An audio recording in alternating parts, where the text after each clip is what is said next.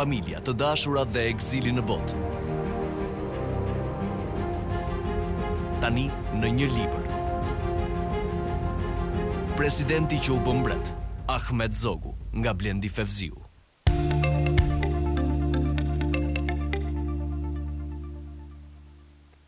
Nderuar teleshikues, nga librat e panelit librit do të flasim tek arsimi, do të kalojmë tek arsimi. Kemi zotin Lutfi Vata, që është kryetari i shoqatës Ardhmëria në Londër. Përshëndetje, mirë se erdhe.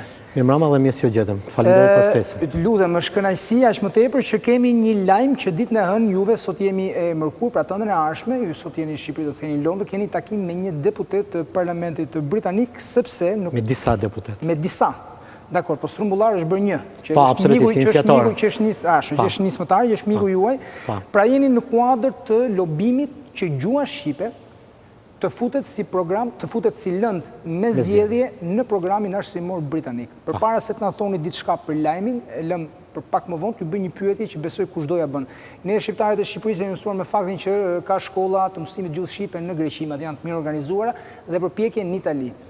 Sa janë shkollat ose kurset të mësimit gjuhës në Britaninë e Madhe?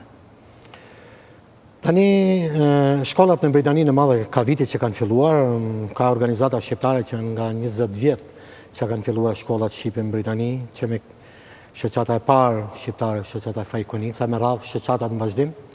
Shoqata Ardhmëria është krijuar që në vitin 2004, dhjetor 2004, dhe ka në fokus shkollat shqipe, që është e përqendruar kryesisht në mësimin e gjuhës shqipe, të fëmijëve shqiptarë që jetojnë në Britani, në zonat të ndryshme të Londrës.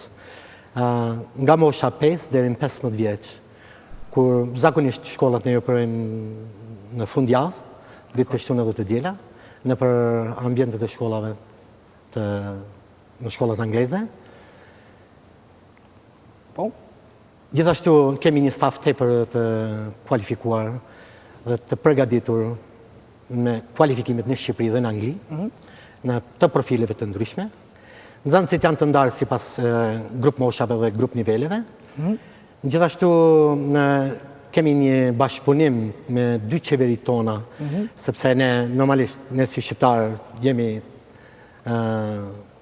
një dhe të pandarë. Pra do më thënë është 2 diaspora dhe Shqipërisë dhe Kosovës, përpjekjet i kanë përbashkëta në këtë pikë. E jemi të përbashkët, kemi një program të përbashkët për diasporën, kemi tekstet të përbashkëta për diasporën, edhe kemi bashkëpunim me 2 qeverit tana, biles nga qeveria Kosovës, Ministria Diasporës e Ministria Arsimit Kosovës, ne kemi pasur disa specialistë për trajnimin e mësuesve që japin mësim në diasporë.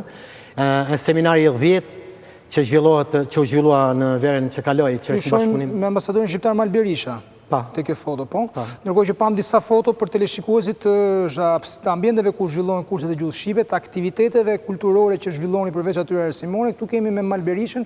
Mirë, t'ju bëj një pyetje. Pra, kuptoni. Ajo foto është gjatë aktivitetit që ishte ftuar nga ambasada shqiptare autori Mirush Kabashi, një aktivitet e organizuar nga ambasada shqiptare në Londër. Dekord, atëre si shumë aktivitetet tjera. Të kuptojmë një gjë, përpjekjet janë të përbashkëta me diasporën e Republikës Kosovës, pra me shqiptarë që vinë nga Republika e Kosovës. Fëmijët janë nga mosha 5 deri në 15 vjeç. Këta janë fëmijë të lindur të brezit të dytë emigracionit që kanë lindur në Londër. Në Londër. Këta janë fëmijë që kanë lindur në Londër. Kemi thatë staf të kualifikuar. Stafi kualifikuar nga vjen? Stafi kualifikuar vjen nga Shqipëria dhe nga Kosova, sepse ne mësuesit nuk i kemi të ndarë, normalisht janë dhe ata pjesë e emigracionit të diasporës? Absolutisht. Që janë shkolluar për mësuesi? Që janë shkolluar për mësuesi, që janë të kualifikuar në degën e mësuesisë. Kush i paguan? Sepse ne nuk mund të pranojmë mësues jashtë profilit. Për disa arsye. E para, ndath parë, gjuha shqipe në diasporë është me një program të reduktuar dhe nuk është me programin e vazhdueshëm që vazhdon këtu. E dyta, ka vështirësinë në mësimdhënien, sepse nxënësim mund të jetë 10 vjeç edhe ka të njëjtin nivel me një nxënës 7 vjeçar. Prandaj ne i përzgjedhim në bazë grup moshave dhe edhe në bazë përgatitjes që kanë. Në lidhje me pagesën, pyeta unë, kush i paguan mësuesit? Pagesën ne si shoqata, sepse ne normalisht gjitha shoqatat shqiptare në Britani janë shoqata të regjistruara sipas ligjit britanik dhe aplikojnë në organizata të ndryshme, qoftë edhe në bashkitë dhe komunat ku ne operojmë projektet tona. Dakor, aplikoni për fonde? Për fonde. E qartë. Normalisht që tani fondet nuk janë siç kanë qenë më përpara. Normale, ko krizë. Ka krizëve kuptohet, do kërkojmë ndihmën e prindërve, të donatorëve, të biznesmenëve. Por deri tani keni mundur ta çoni përpara. Kemi ecur edhe me ndihmën e mësuesve, sepse shumica e mësuesve kanë shprehur dëshirën e tyre që të punojnë edhe si vullnetar, vetëm me qëllim që fëmijët tanë të mësojnë gjuhën shqipe. Shumë mirë. Atëherë t'ju bëj një pyetje, çfarë kushtesh ka? Sepse sot ju po më thonit diçka që ka komunitete të tjera në Mbretërinë e Bashkuar që i kanë gjuhët e tyre, gjuhë me zgjedhje në programin e rregullt arsimor. Po ka disa kritere, po më thonit, unë do doja që t'i ndanim këto kritere, pra ju të na i thonit, mi thonit mua dhe gjithë publiku, se cilat janë kriteret që duhet përmbush një komunitet që jeton në Mbretërinë e Bashkuar në mënyrë që gjuha e tij të jetë pjesë e programit arsimor atje. Patjetër. Që në vitin 2008 u krijua një forum i Bashkimit të Shoqatave Shqiptare, ku disa organizata, jo gjithë organizatat shqiptare, u bën pjesë e këtij forumi. Dhe në atë kohë ishte ambasador Mazi dhe ambasador i Republikës Kosovës zoti Muhamet Hamidi, me mbështetjen e ish parlamentari John Grogan, kërkuan një takim me deputet të forcave të ndryshme politike në Parlamentin Britanik. Dhe për herë të parë, me iniciativën e ambasadorit Mazi dhe të forumit, ku të gjithë kryetarët e shoqatave shqiptare, atyre dhe atyre që nuk ishin në forum, kemi marrë pjesë dhe kemi prezantuar Komitetin Shqiptar dhe kemi folur në Parlamentin Britanik më shumë se 2 orë me deputet të forcave parlamentare kryesore në Parlamentin Britanik. Dhe kryesisht jemi fokusuar tek gjuha shqipe, që edhe gjuha shqipe të bëhet si lëndë me zgjedhje, siç e kanë disa komunitete tjera, normalisht janë komunitete më të fuqishme, sepse komuniteti shqiptar në Britani është një komunitet i brisht, është një komunitet rreth 15-16 vjeçar, që nga viti 99 në vazhdim. Kur janë përafërsisht, mund themi, tani me statistikat e sakta, por që janë në shtetësi britanike rreth 50.000-60.000 shqiptarë që jetojnë në Britani. Dhe pse nuk u realizua, pse nuk u bën pas takimi me deputetët britanikë? Nga firmosia e këtij peticioni unë shkruan nga rreth 17 deputet të Parlamentit Britanik, dhe që nga ajo kohë edhe shumë shoqata të tjera që operojnë në Britani, si dhe Shpresa Programe, shumë organizata të tjera, kanë lobuar dhe kanë punuar duke punuar dhe duke krijuar një program të veçantë, sepse normalisht ajo kanë disa rregulla strikte që gjuha shqipe të bëhet pjesë e gjithësisë, duke marrë edhe eksperiencat e komuniteteve të tjera, se si kanë vepruar ata, dhe kjo kërkojnë disa shifra teknike. E para, që të krijohet kjo një herë rreth parë duhet të jetë një donation prej rreth 100.000 pound, që është shumë fikse për të marrë të drejtën e operimit të kësaj. Ku i derdhen këto 100.000 pound? Në departamenteve të GCSE-s në Londër. Do të Shtetit Britanik. Edhe kjo është marrë si nismë nga një shoqat për mbledhjen e donacioneve për këtë çështje kryesisht. Dhe tjetra është sepse të paktën mbas numrit të familjeve që kemi në Britaninë e Madhe. Po të themi, paktën është një shifër që paktën duhet të jenë 200 deri në 300 zënës në vit që të kërkojnë që të mbrojnë 200-300 në gjithë Mbretërinë e Bashkuar. Pa, gjithë Mbretërinë e Bashkuar. Po që të arrihet kjo, ne më parë duhet kemi një pjesëmarrje sa më masive në shkollat shqipe. Dakor. Duhet kemi një paraprgatitje. Sa është pjesëmarrja në shkollat shqipe në këto momente? Tani, në të themi në numrin total të gjitha shoqatave shqiptare që operojnë në Britaninë e Madhe, mund të jenë rreth 800-700. Do të thënë nuk e keni problem për plotësimin e kushtit për 200-300 studentësh në vit. Normalisht, po kjo do një program të specifikuar. Do një program të specifikuar ku të jenë të regjistruar të gjithë nxënësit në shkollat ku ato vazhdojnë mësimin, do një database, një database të rregullt të saktë me datëlindje, adresë, shkollat ku ndjekin shkollat, të gjitha. E keni plotësuar database-in apo jeni? Absolutisht, kemi plotësuar formularet dhe e kemi shpërndar gjithanë në bashkëpunim me shoqatat e tjera, bashkëpunim me institucionet e tjera, bashkëpunim me prindërit, me median e shkruar që kemi atje, po bëhet një lobing shumë i madh. Ne si organizatë, si vjetë në bashkëpunim me organizatë tjera të forumit, kemi marrë edhe si iniciativë për sensibilizimin e Komitetit Shqiptar për gjuhën shqipe në Britani, nën motën poezisë së Gjergj Fiftës për gjuhën shqipe të interpretuar nga aktori i madh Milush Kabashi, që patëm fatën ta kishim në Londër, kuptuar nga masaret shqiptare. Atëherë, që ta kuptojmë, pra kemi një kriter që është kriter pjesëmarrje, 200 deri në 300 student në vit minimalisht, thonë ju, duhet të jenë për ta plotësuar këtë. E para duhet të jenë 100.000 pound që duhet derdhen një autoriteti britanik. Por që të mund të vërtetohen 200 apo 300, pavarësisht se ju thoni që ka 800 shkolla shqipe, duhet një database i saktë. Ju nuk keni bërë as databasein dhe as parat për momentin. Jo. Çfarë prisni të hënën nga takimi me këta deputet? Okej.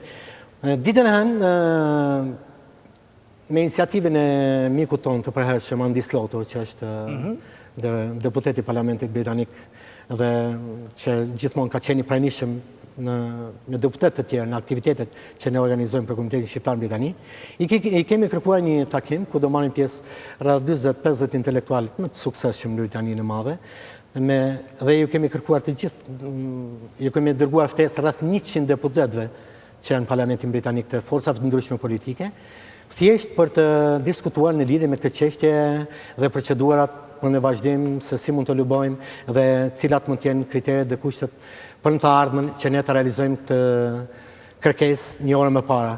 Normalisht kjo nuk është një kërkesë që mund të realizohet nesër, sepse siç të thash, çfarë janë disa procedura të tjera derisa të arrijmë aty.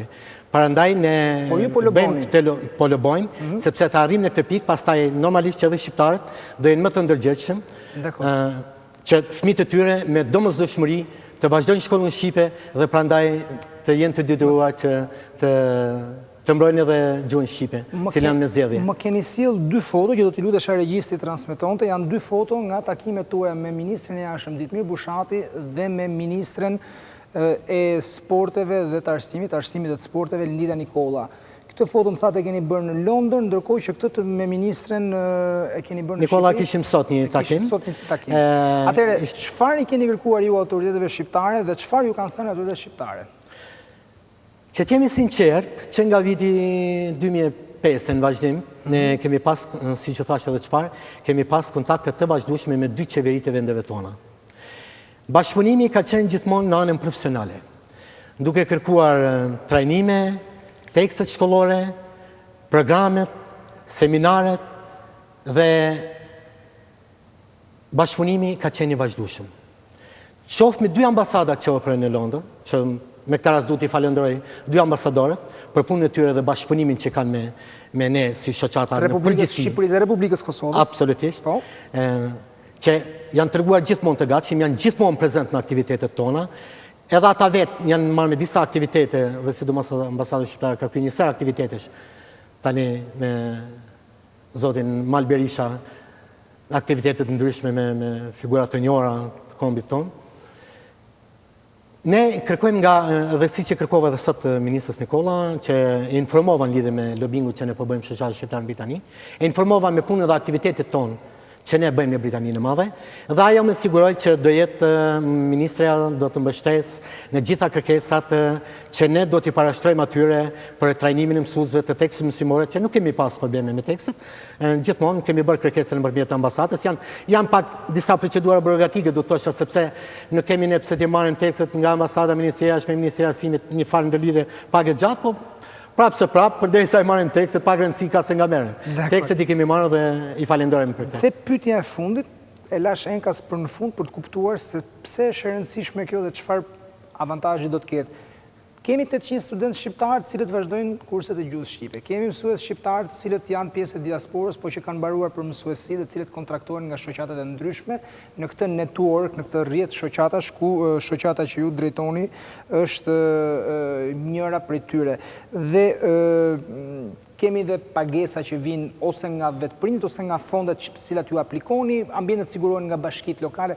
Çfarë do të kishte si vlerë të shtuar futja e gjuhës shqipe si lëndë me zgjedhje në sistemin arsimor britanik? Pse do të ishte e rëndësishme kjo? Këtë më shpjegoni. Për ta mbyllur bashkë, sepse jemi një herë kohës. Me qenë se jam në studion tuaj dhe njëherë me lejoni që t'ju falenderoj për ftesën, kjo është një rëndësi tepër të veçantë, duke krahasuar me gjithë komunitet tjera të fuqishme që janë në Britani dhe që jetojnë për vitesh dhe që janë një numër jo i pak në numër në krahasim me komunitetin tonë që jetojnë në Britani, që të mbrosh gjuhën tënde nuk ka vlerë më të çmuar. Që të mësosh gjuhën tënde, që mos harrosh traditën, kulturën, origjinën, historinë. Nga ne vim. Pyetja ishte në aspektin praktik. Çfarë do të kishte vlerë të shtuar? Në aspektin praktik është sepse nesër çdo fëmijë shqiptar do ndjehet krenar sepse ai ka të mbrojtur edhe gjuhën e tij jambtare. Unë ju uroj suksese në nismën tuaj dhe shpresoj që takimi ditën e hënë me deputet dhe intelektual britanik tjetë frytëdhënës, ju t'i plotësoni sa më shpejt kushtet që ju kërkohen në aspektin ligjor në mënyrë që ndoshta jo nesër, sikur se thatë ju, por në të ardhmen të afërt, kjo të realizohet dhe gjuha shqipe të jetë pjesë e programit arsimor Britaninë e Madhe silën me zgjedhje. Faleminderit shumë që ishit tu. Faleminderit nga ana juve.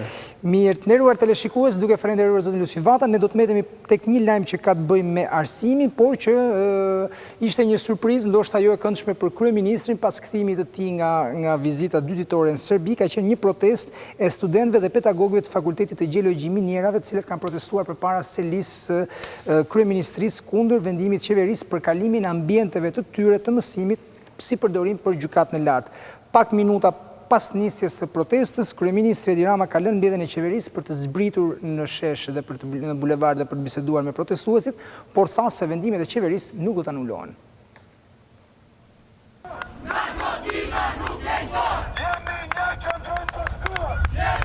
Me thirrje se ishin zot në shtëpinë e tyre, student dhe pedagog të Fakultetit të Gjeologji Minjerave, ju drejtuan selisë së kryeministrisë.